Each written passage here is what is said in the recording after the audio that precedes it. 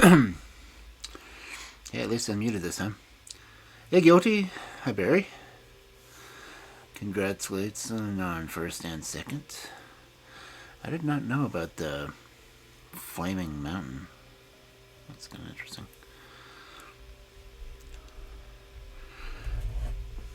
I have to look that up.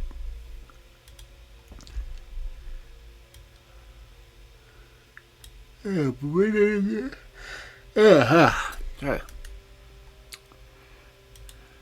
Benederberg. Yeah.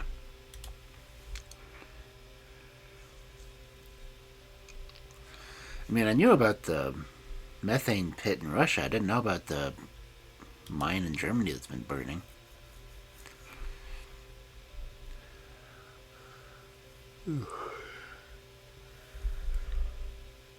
Ah, man. I'm tired. But yeah, I usually wait until the ads are over before I start doing anything.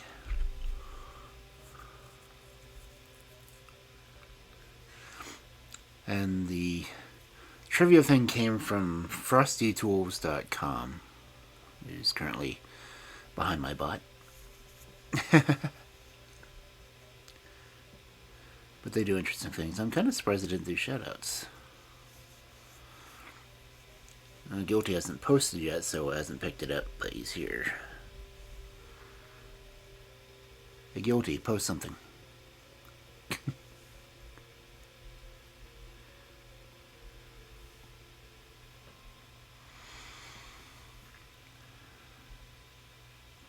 That's not what I meant.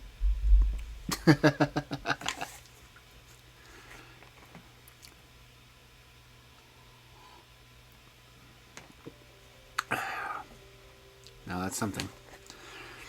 Okay, Fosabot's not seeing you. That's weird.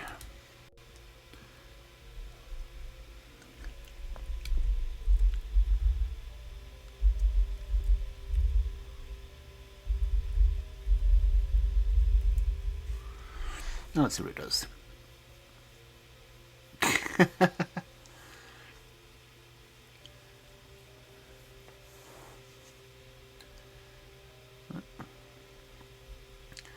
Lots of stuff on that one.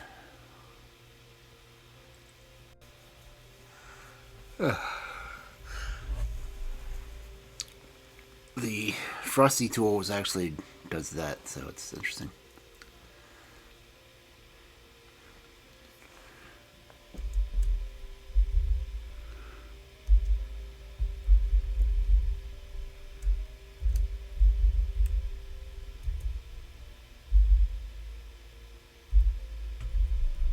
So it says about you, Barry.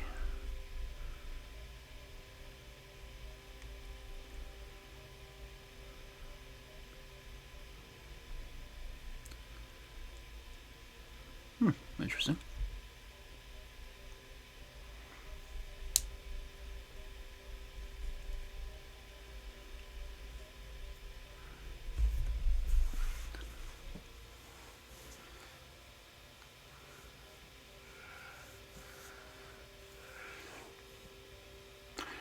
So it does the Stream Elements one, then it turns around and does the Frosty Tools. Interesting.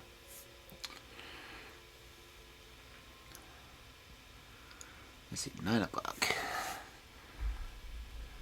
And go to the study.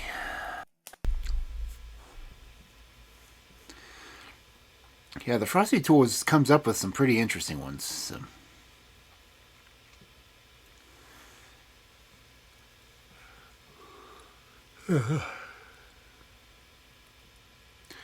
Can't hear the sound alerts. Dang it. What's going on with those now?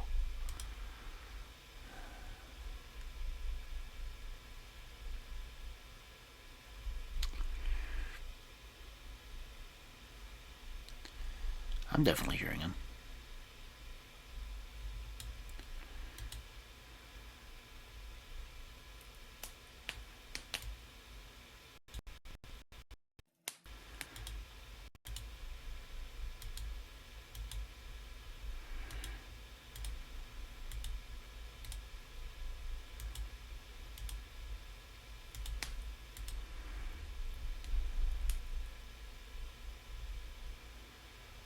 So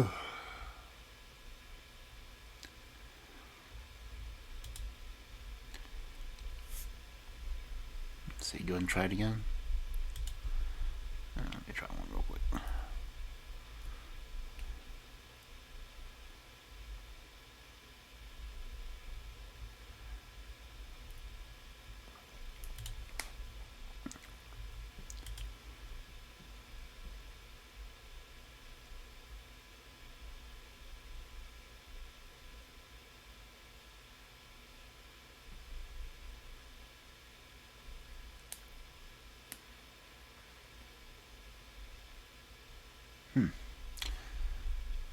No, I'm not hearing him.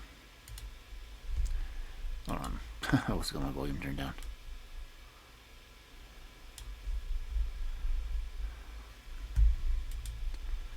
Don't you hate it when you don't change any settings at all between streams, and yet the system doesn't want to work right?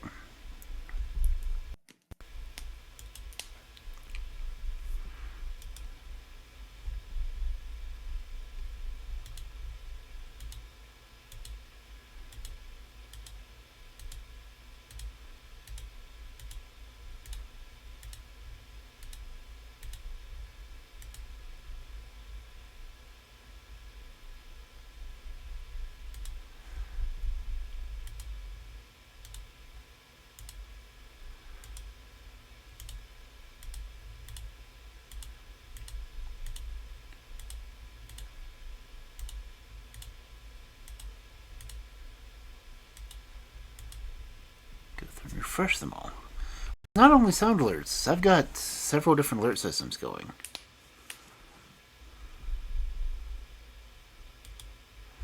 As I've got Blurp going. Blurp is supposed to be doing the ones in the routine.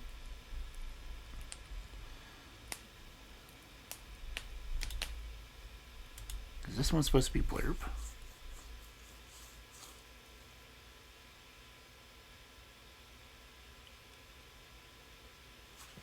No, I heard that one on my end.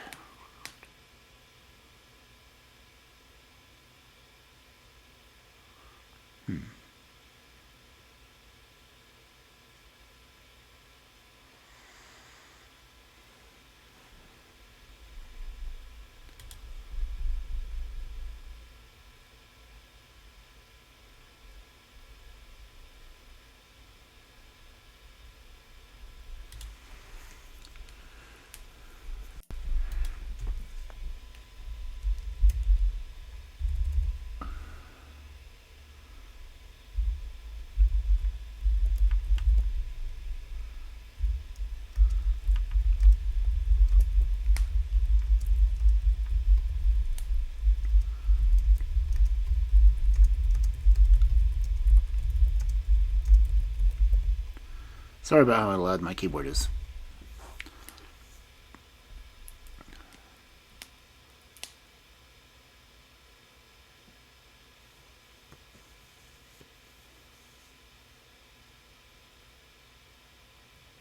Did that one at least play?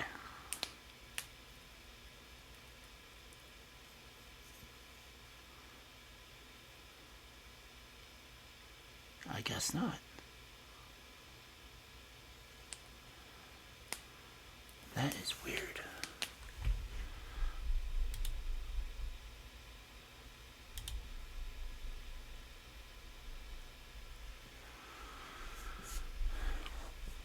None of my settings have changed.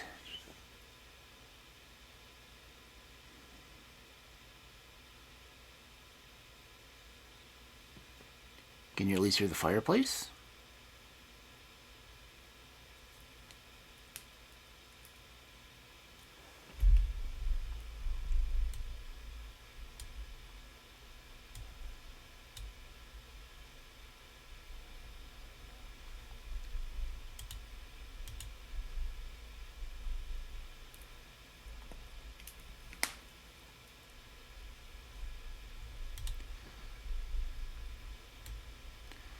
So I don't know why that would be going and nothing else would be.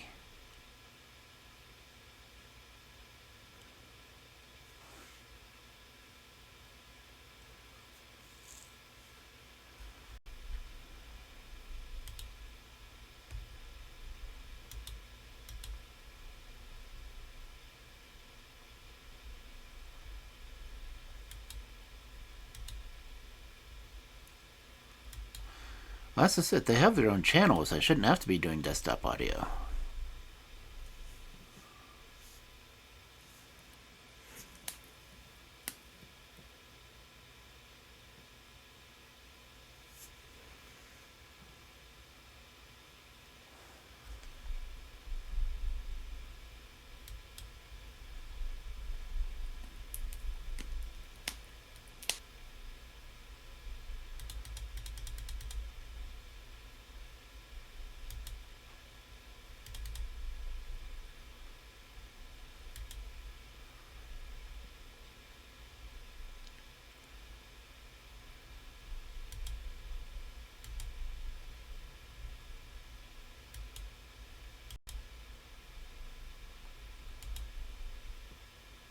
That's just odd.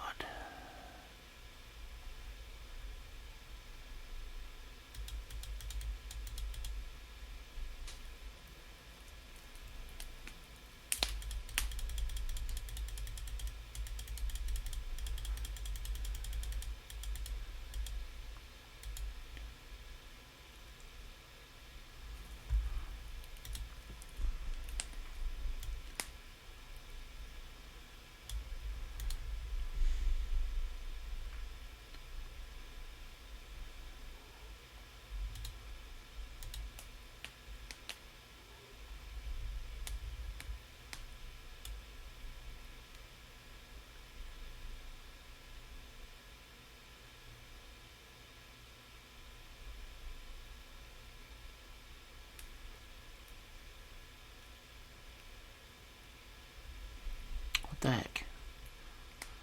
I didn't change any of my settings since last week. Why the hell would it not work now?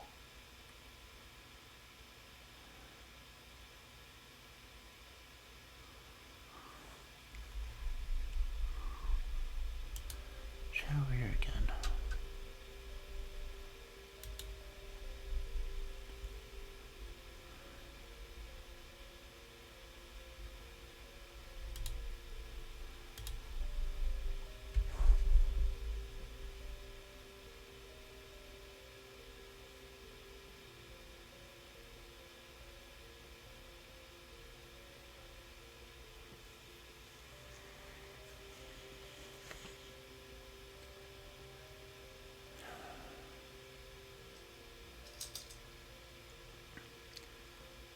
I don't get it.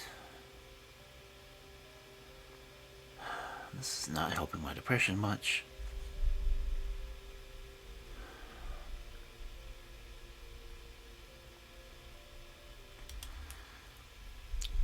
Oh well, it's already 9:10. I should get into the story.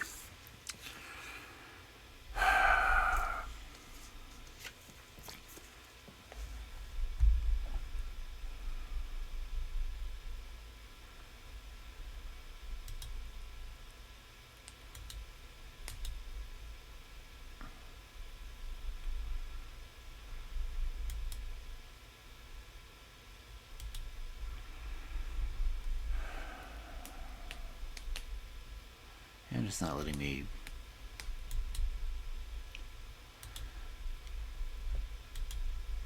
Where is it? It's not letting me refund points.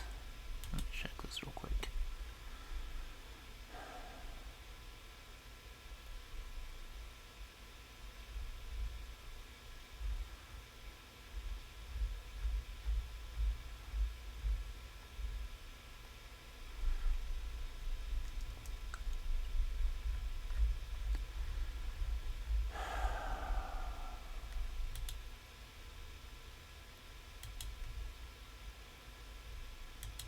I really need to clear this queue out since I've done most of it.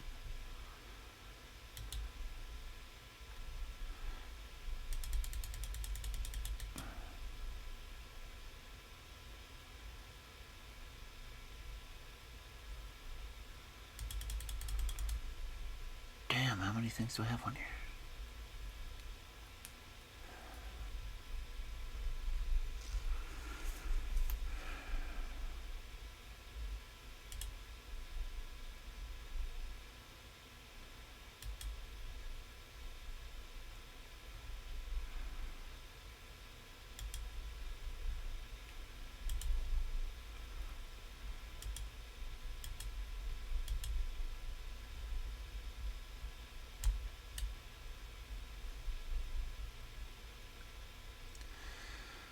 Oh, that's going to refund all the points for the past few months.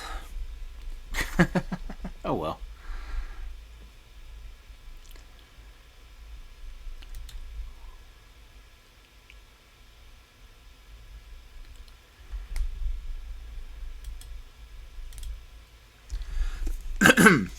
But anyway, I'm only going to get through one story tonight because, I'm not feeling great.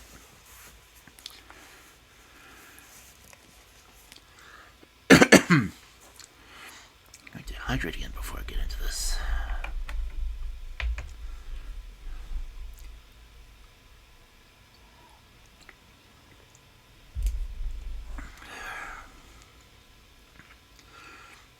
So, our first story for the evening.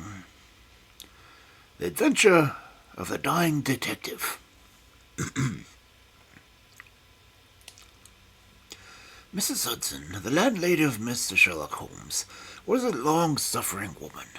Not only was her first-floor flat invaded at all hours by throngs of singular and often undesirable characters, but her remarkable lodger showed an eccentricity and irregularity in his life which must have sorely tired her patience.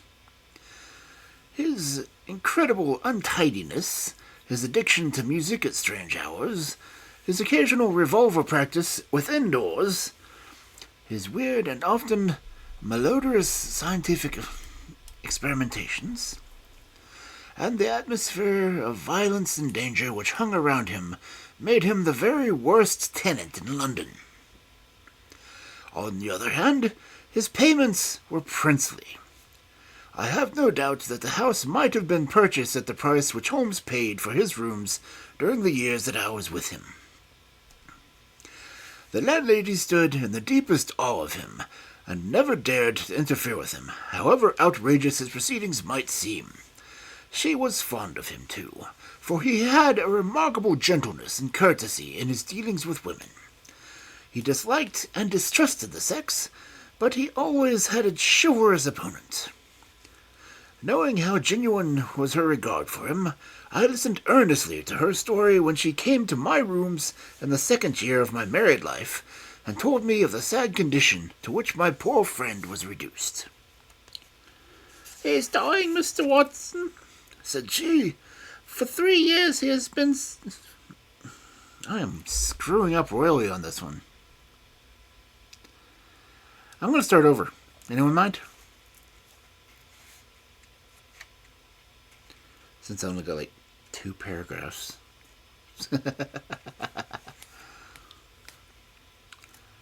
Okay. Let's try this again. The Adventure of the Dying Doctor. Mrs. Hudson, the landlady of Sherlock Holmes, was a long-suffering woman. Not only was her first-floor flat invaded at all hours by throngs of singular and often undesirable characters, but her remarkable lodger showed an eccentricity and irregularity in his life which must have sorely tried her patience. His incredible untidiness, his addiction to music at strange hours, his occasional revolver practice within doors, and his weird and often malodorous scientific experiments, and the atmosphere of violence and danger which hung around him made him the very worst tenant in London. On the other hand, his payments were princely. I have no doubt that the house might have been purchased at the price which Holmes paid for his rooms during the years that I was with him. The landlady stood in the deepest awe of him, and never dared to interfere with him, however outrageous his proceedings might seem. She was fond of him, too, for he had a remarkable gentleness and courtesy in his dealings with women. He disliked and distrusted the sex, but he always was a chivalrous opponent.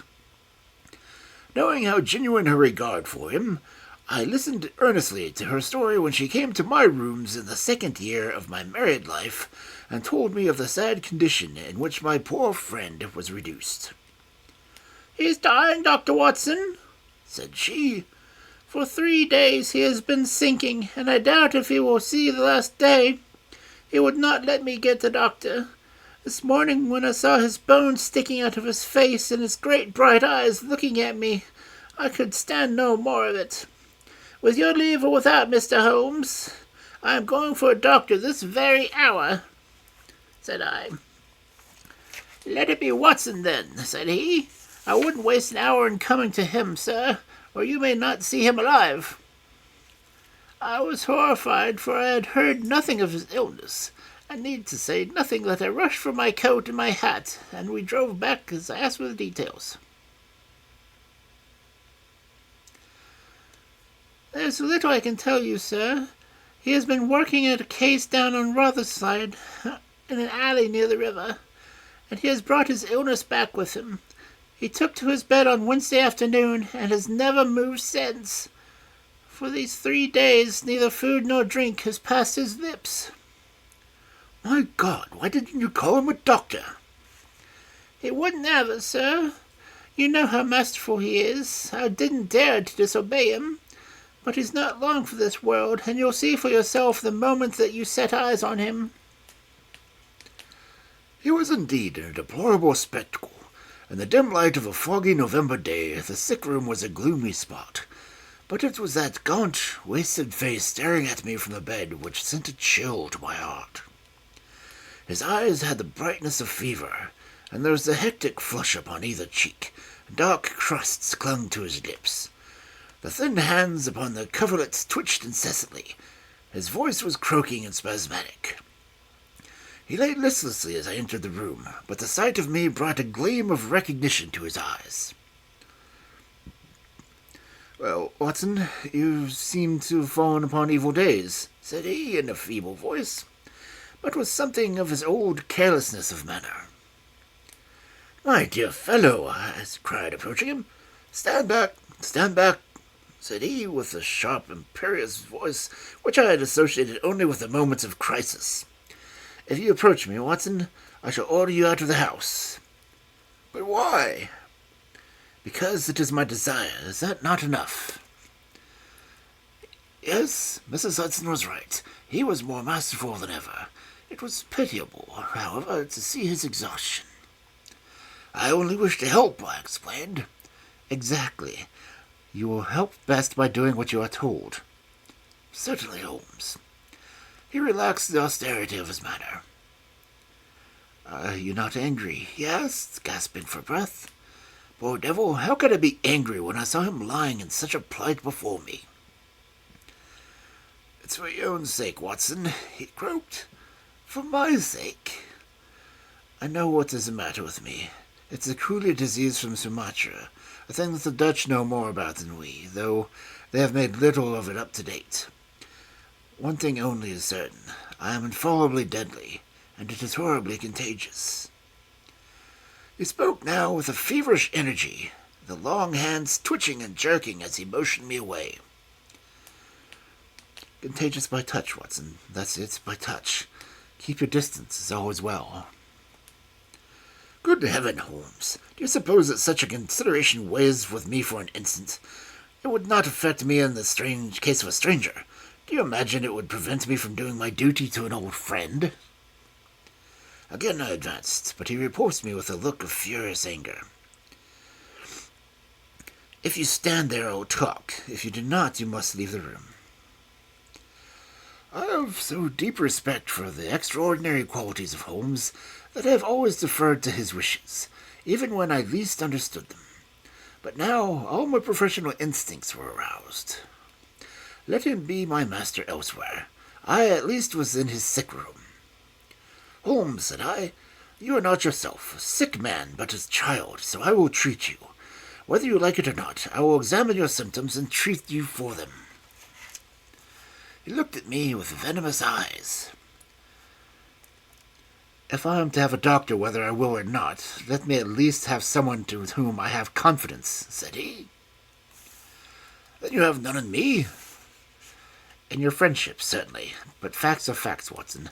And after all, you are only a general practitioner with very limited experience and mediocre qualifications. It is painful to have to say these things, but you leave me no choice." I was bitterly hurt. Such a remark is unworthy of you, Holmes. It shows me that you are very clearly in a state of your own nerves. But if you have no confidence in me, I will not intrude my services. Let me bring Sir Jasper Meek or Penrose Fisher, or any of the best men in London. But someone you must have, and that is final. If you think I'm going to stand here and see you die without either helping you myself or bringing anyone else who can help you, then you have mistaken your man. You mean well, Watson, said the sick man with something between a sob and a groan. Shall I demonstrate your own ignorance? What do you know, pray, of Tapanuli fever? What do you know about the Black Formosa corruption? I have heard of neither. There are many problems of disease, many strange pathological possibilities in the East, Watson. He paused after some sentence to collect his failing strength. I have learned so much during most recent researches, which have a medico-criminal aspect. It was in this course that I contracted this complaint. You can do nothing.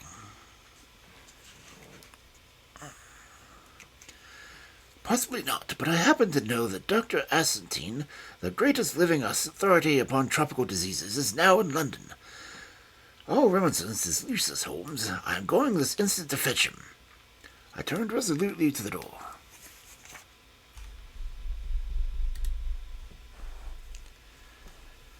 Never have I had such a shock. In an instant, with a tiger spring, the dying man had intercepted me. I heard the sharp snap of a twisted key. Next moment, he had staggered back to his bed, exhausted and panting after one of his tremendous outflame of energy. You won't take the key from me by force, Watson. I've got you, my friend.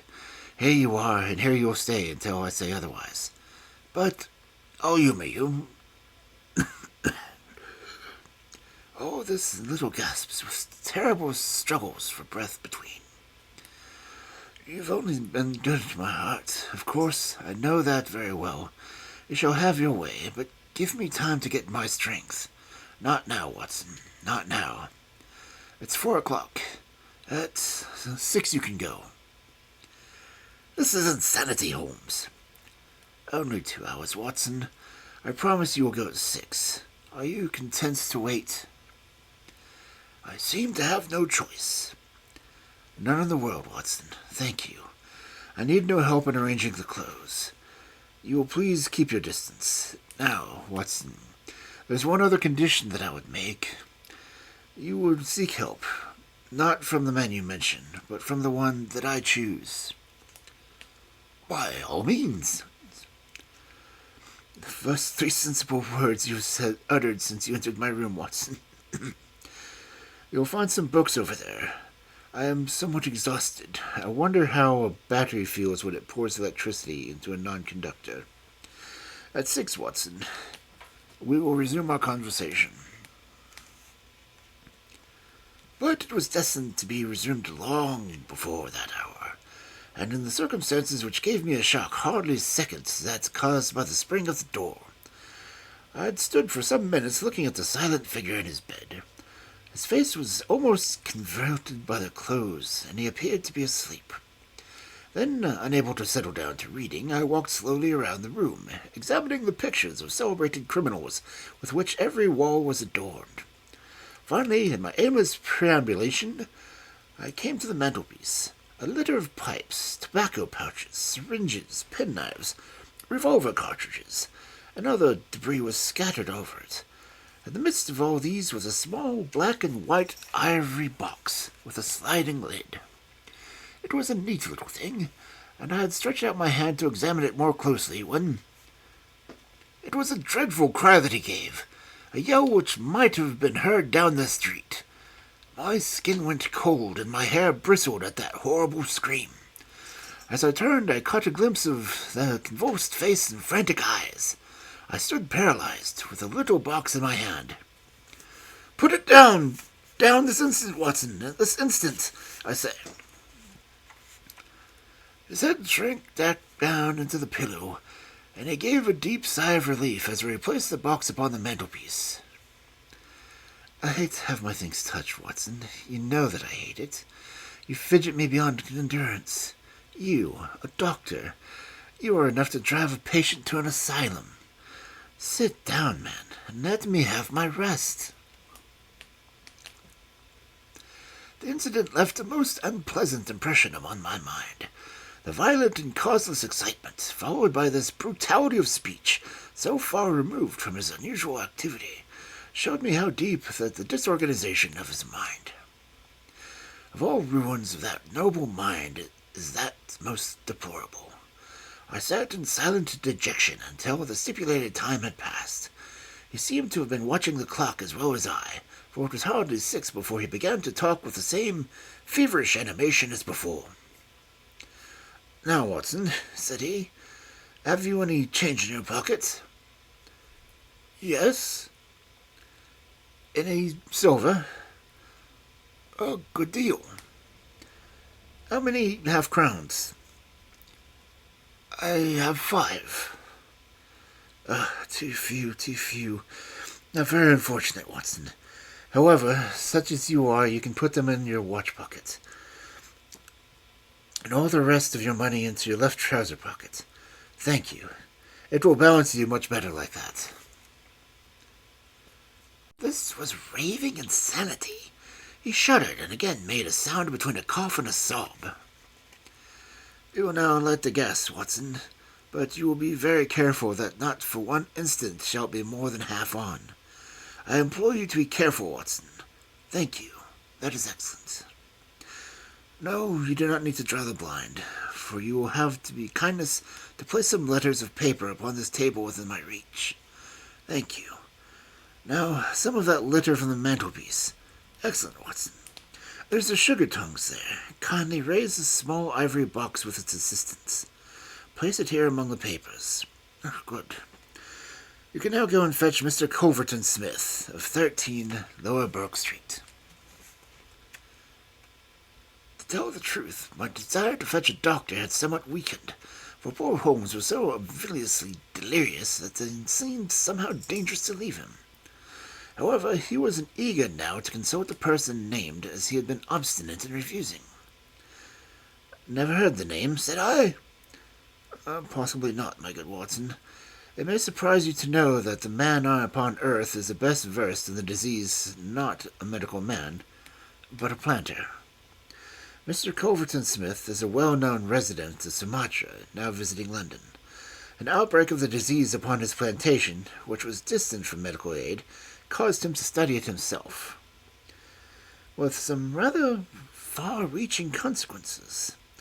He is a very methodical person, and I do not desire you to start before 6 because I was well aware that you would not find him in his study.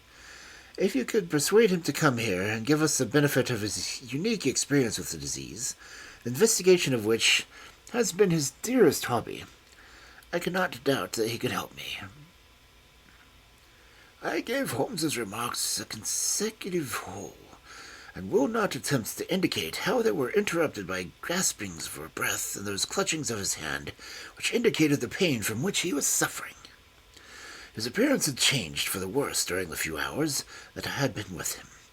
Those hectic spots were more pronounced.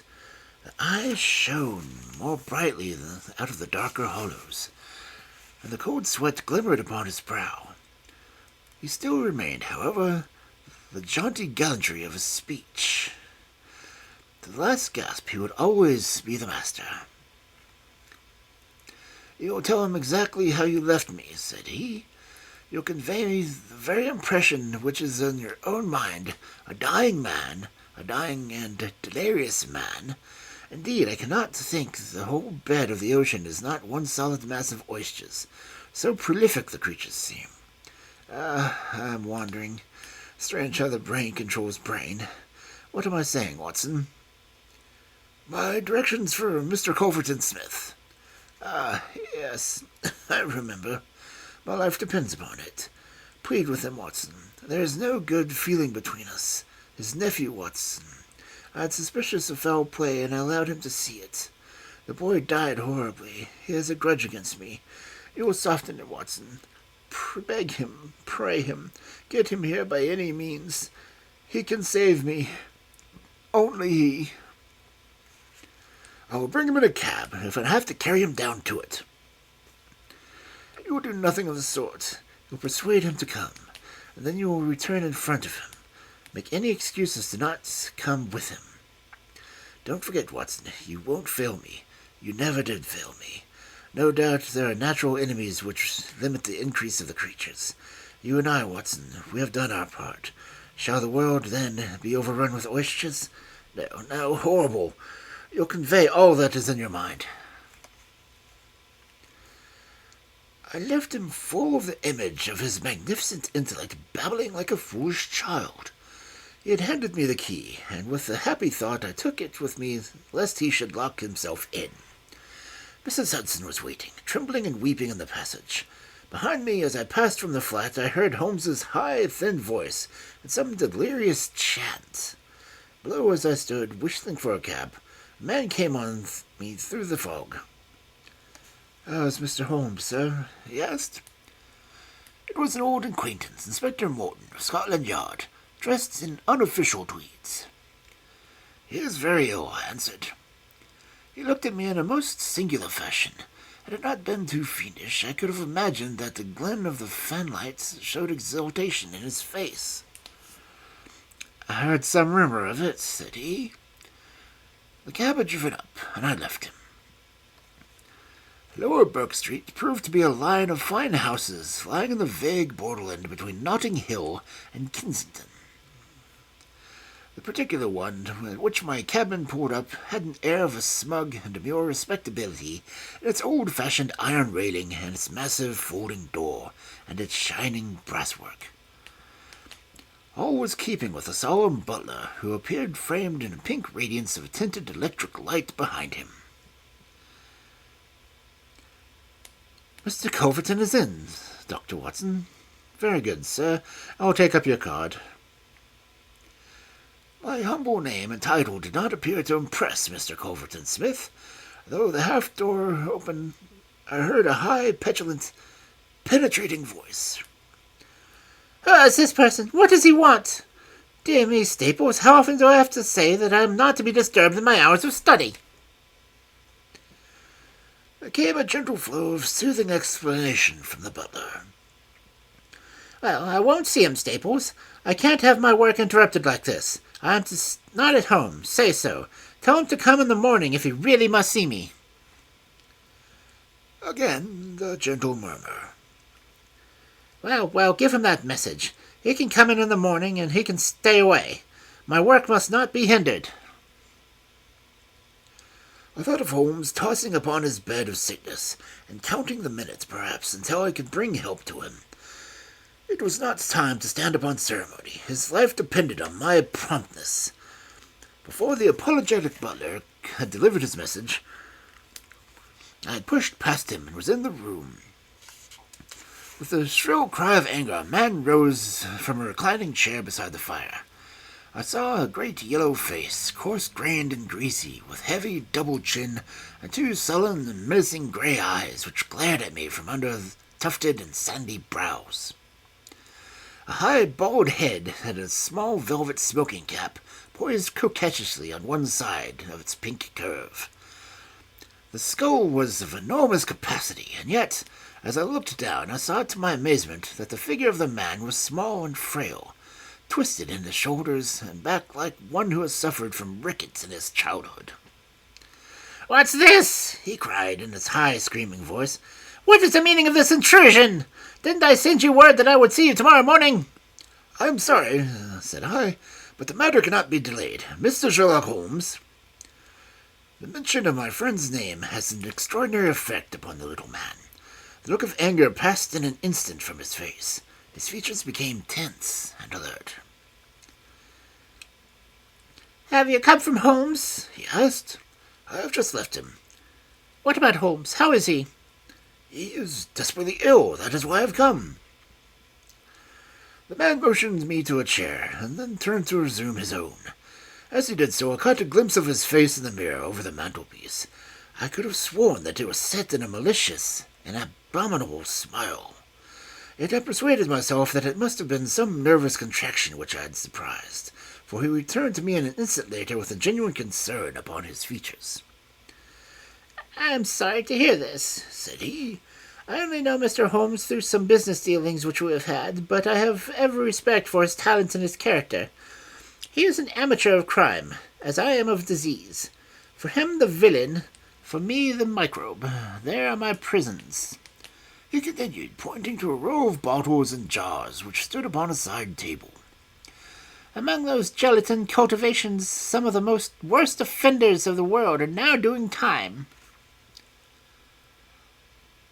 "It was on the account of your special knowledge that Mr. Holmes desired to see you. He has a high opinion of you, and thought that you were the one man in London who could help him." The little man started, and the jaunty smoking cap slid to the floor. "Why?" he asked. "Why should Mr. Holmes think that I would help him in his trouble?" "Because of your knowledge of Eastern diseases." "But why should he think that this disease which he has contracted is Eastern?" "Because in some professional inquiry he has been working among Chinese sailors down by the docks." Mr. Culverton Smith smiled pleasantly and picked up his smoking cap. "Oh, that's it, is it?" said he. "I trust the matter is not as grave as you suppose. How long has he been ill?" "Oh, about 3 days." "Is he delirious?" "Occasionally." "Tut, tut, that sounds serious. It would be inhumane not to answer his call. I very much resent any interruption of my work, Dr. Watson. But this case is certainly exceptional. I will come with you at once." I remembered Holmes's injection. "I have another appointment," said I. "Very good. I will go alone. I have a note of Mr. Holmes's address. You can rely upon my being there within half an hour at most." It was with a sinking heart that I re-entered Holmes's bedroom. For all that I knew, the worst might have happened in my absence. To my enormous relief, he had improved greatly in the interval. His appearance was as ghastly as ever, but all trace of delirium had left him, and he spoke in a feeble voice, it is true, but with more than his usual crispness and lucidity. "Well, did you see him, Watson?" "Yes, he is coming." Admiral Watson, you are the best messengers." "He wished to return with me." "That would never do, Watson. That would be obviously impossible. Did he ask what ailed me?" "I told him about the disease and the Chinese in the West End." "Exactly, Watson. Well, Watson, you have done all that a good friend can do. You can now disappear from the scene." "I must wait and hear his opinion, Holmes." "Of course you must. But I have reasons to suppose that this opinion would be very much more frank and valuable if he imagines that we were alone. There is just room behind the bed. Please hide behind the headbed, Watson." "My dear Holmes." "I fear there's no alternative, Watson. The room does not lend itself to concealment, which is all well, as it is less likely to arouse suspicion. But just there, Watson, I fancy that it could be done." Suddenly he sat up with rigid intentness upon his haggard face. "There are the wheels, Watson. Quick, man, if you love me, and don't budge, whatever happens. Whatever happens, do you hear? Don't speak, don't move, just listen with all your ears." Then in an instant, the sudden access of strength departed, and his masterful, purposeful talk droned away into low, vague murmurings of a semi-delirious man.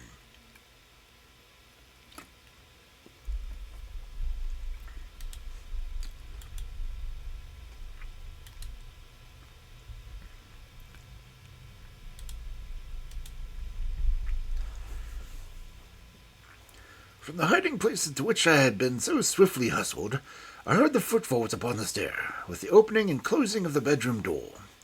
Then, to my surprise, there came a long silence, broken only by the heavy breathings and raspings of the sick man. I could imagine that our visitor was standing by the bedside and looking down at the sufferer. At last the strange hush was broken. "Holmes!" he cried. "Holmes!" In an instant tone of one who wakens a deep sleeper.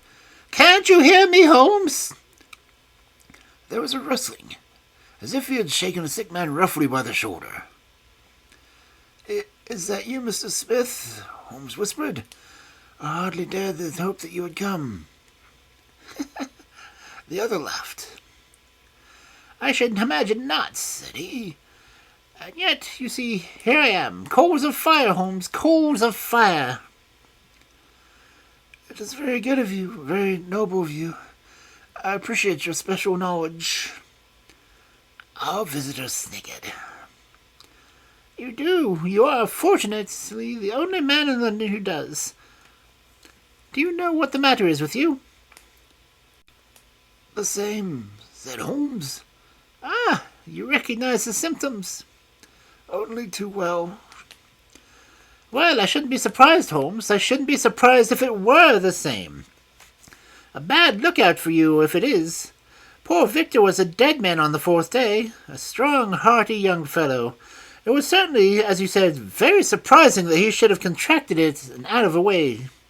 Asiatic disease in the heart of London, a disease, too, of which I had made such a very special study. Singular coincidence, Holmes. Very smart of you to notice it, but rather uncharitable to suggest that it was the cause and effect." "I knew that you did it." "Oh, you did you?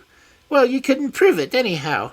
But what do you think of yourself spreading reports about me like that, and then crawling to me for help the moment you cannot get in trouble? What sort of game is that, eh?"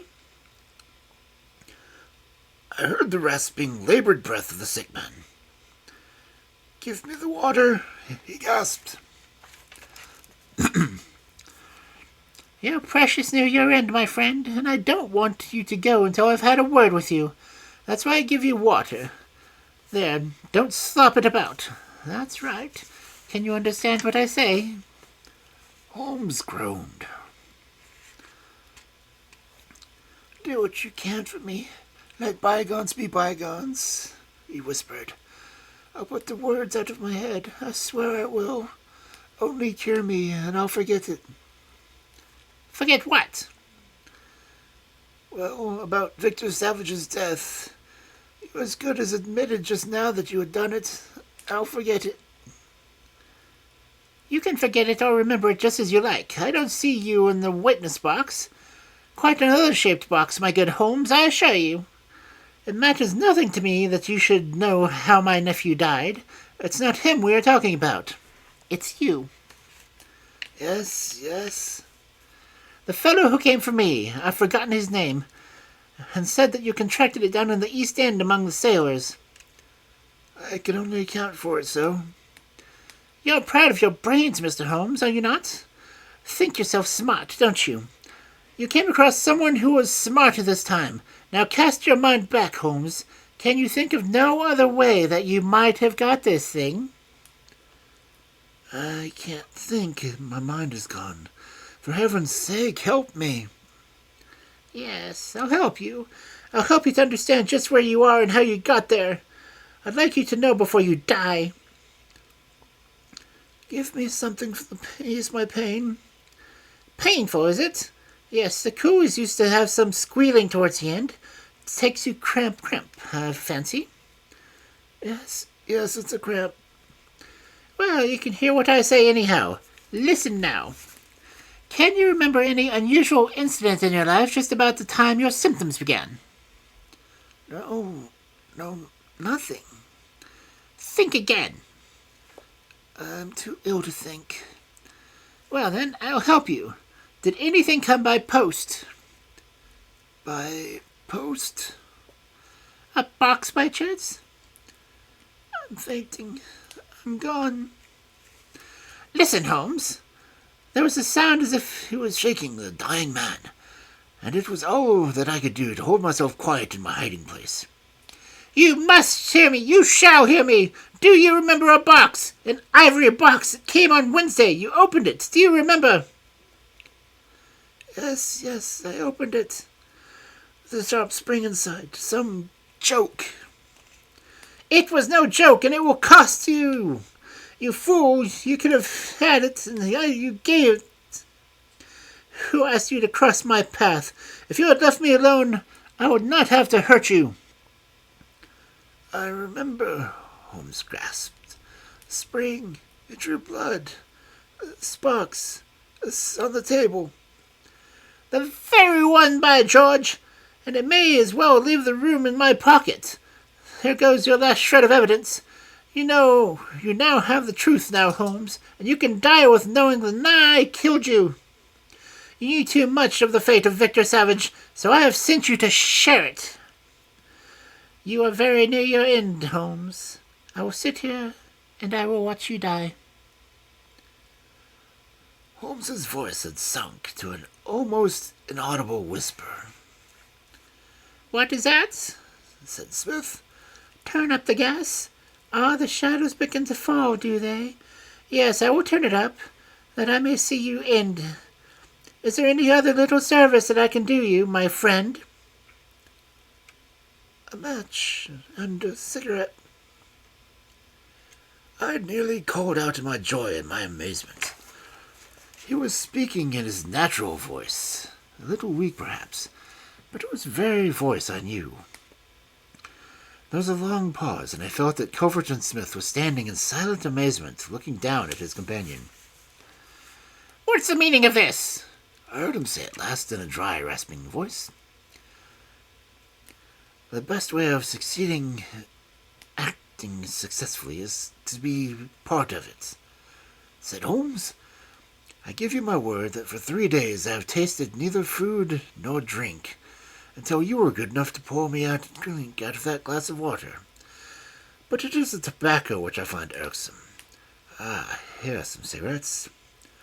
I heard a striking of a match. That is very much better. Hello. Do I hear the step of a friend? There were footfalls outside. The door opened, and Inspector Morton appeared. All is in order. This is your man, said Holmes. The officer gave the usual cautions.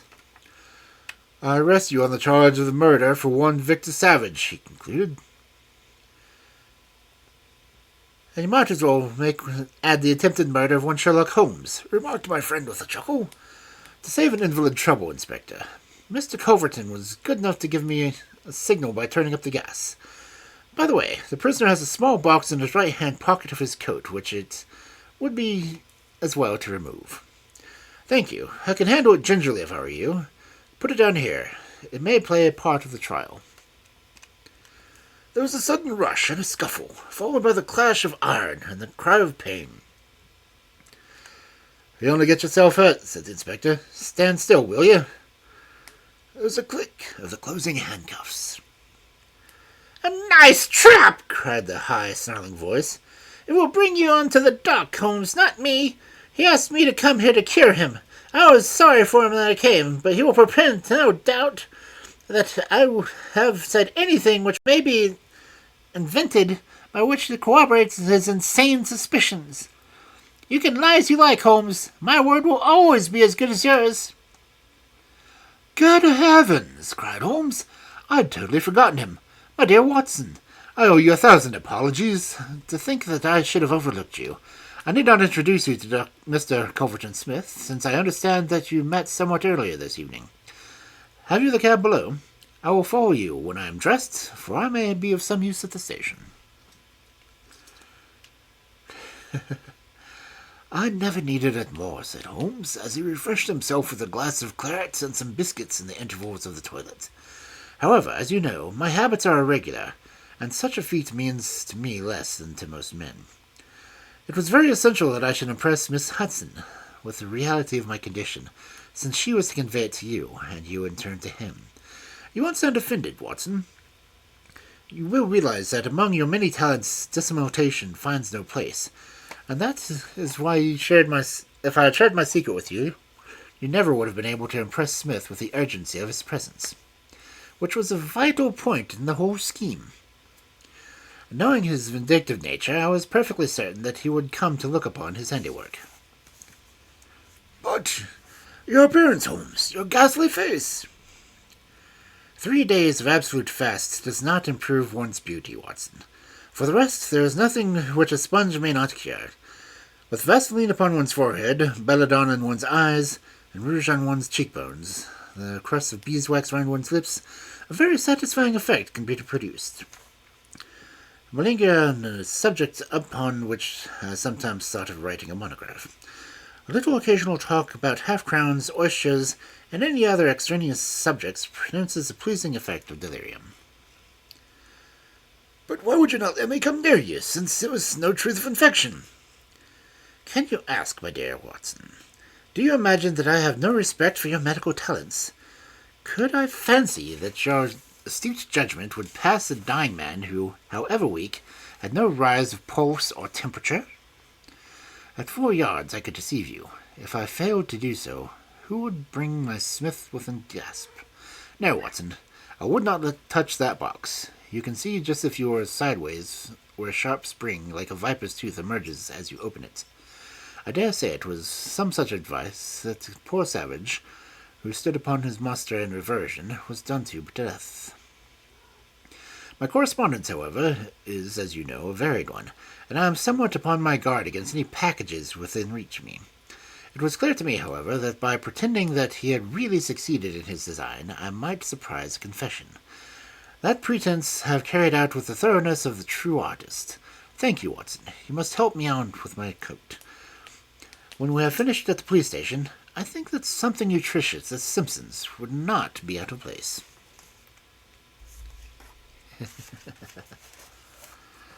Oh.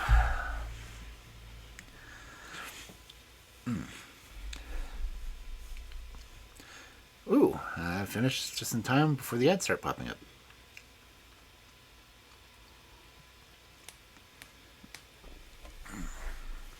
I suppose it is good timing.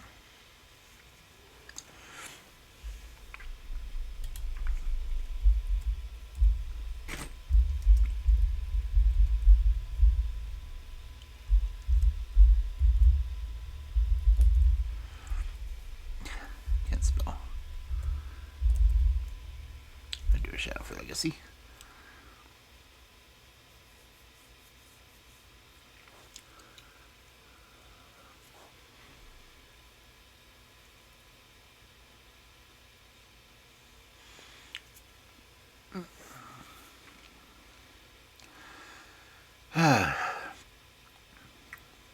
I have read that one before.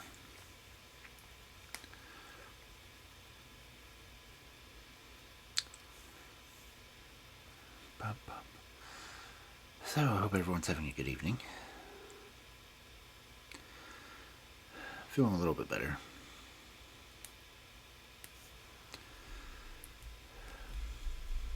Leaves only 2 more short stories and then the actual His Last Bow.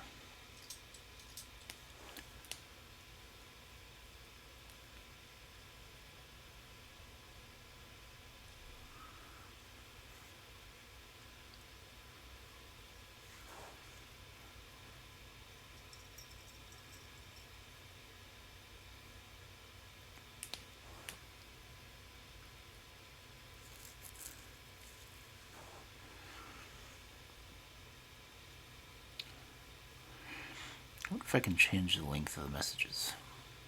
I don't know.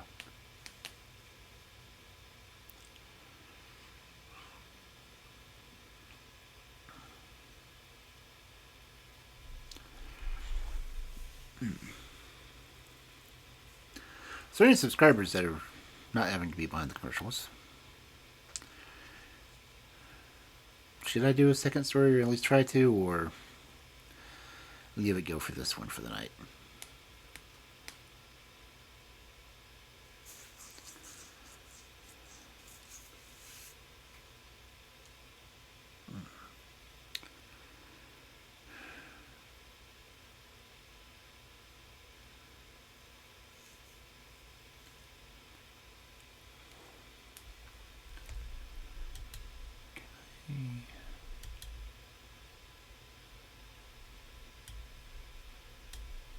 It's not what I wanted.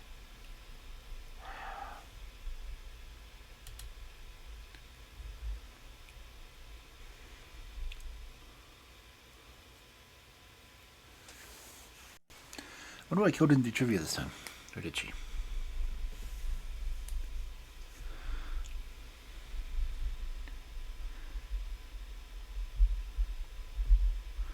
Let's see. premise is fetched.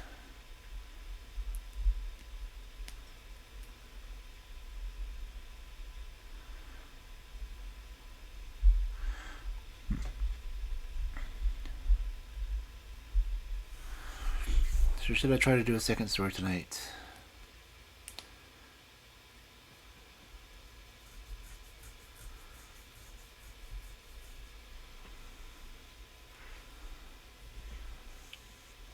Yes, I do only have... Let's see. The next story I have in here would be the disappearance of Lady Frances Carfax. Interesting. And I only have one more short story after that before the actual book title.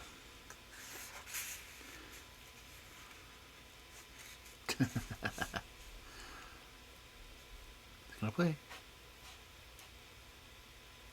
Oh, come on. That didn't play either. What the heck?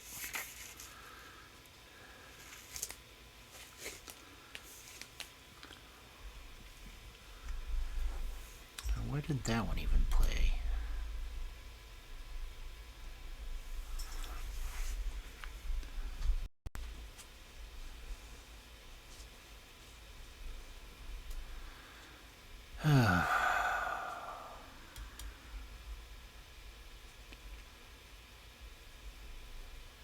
Because I didn't even hear that one.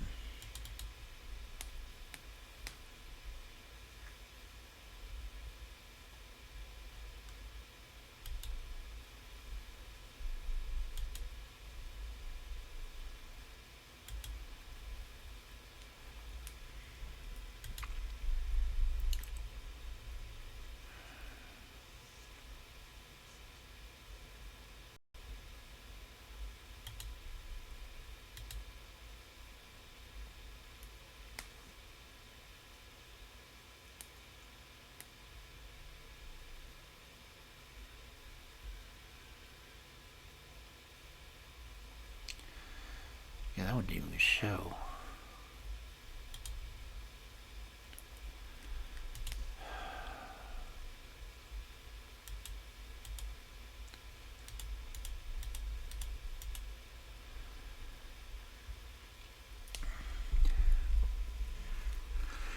Yeah, if I'm having this kind of technical issue, I may just go ahead and end it for the night.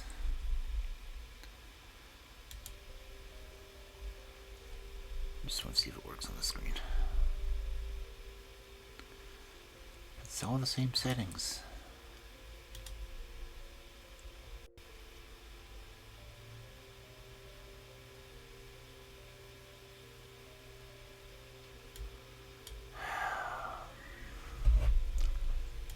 What the heck?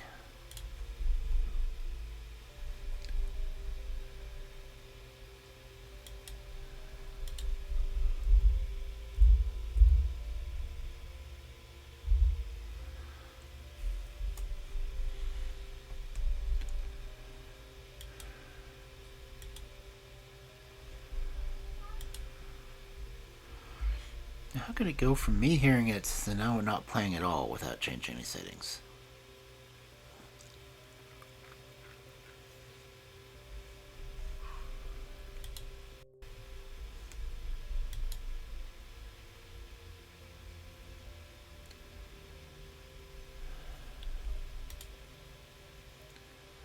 Just doesn't make any sense.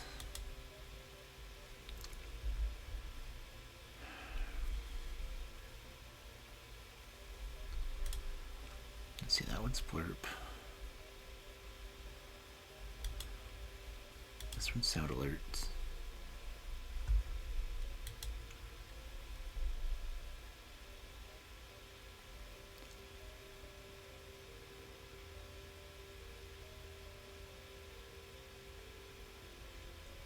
I at least heard that one, but I don't know if you guys heard it.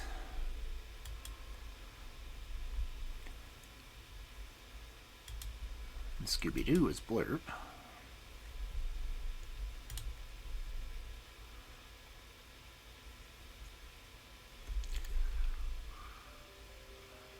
Now I heard it that time.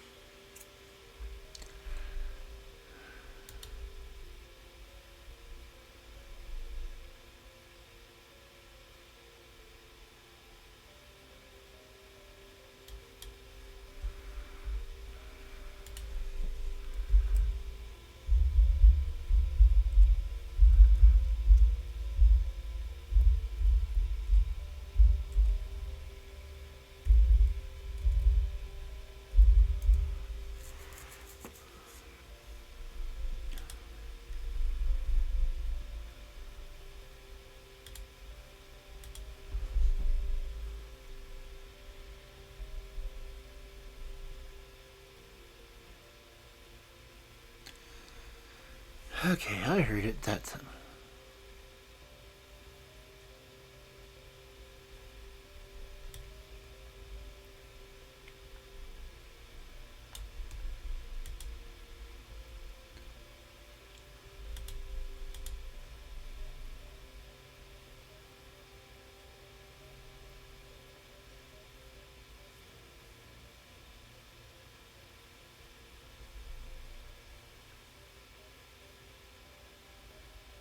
But it's not playing on stream.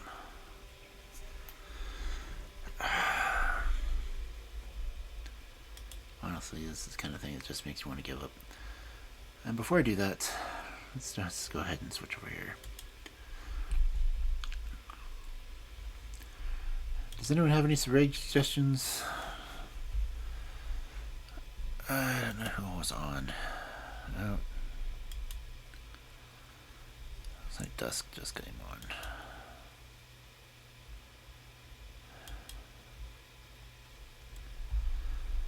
Sophia's on.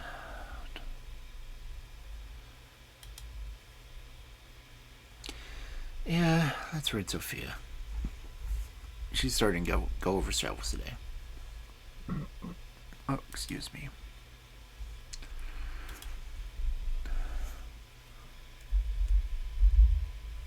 Oop.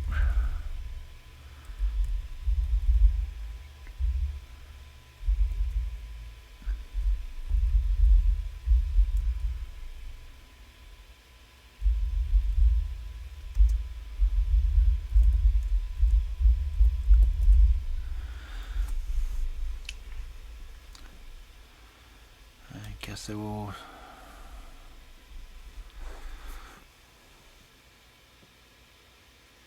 Is anyone still here? This is only showing one viewer. I'm fairly sure it's me.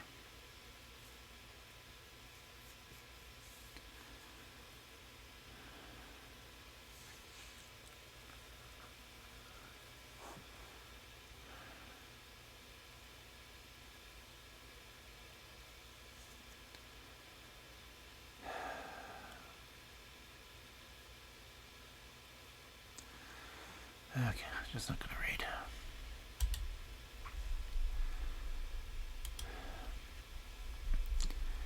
Hope everyone has a good night.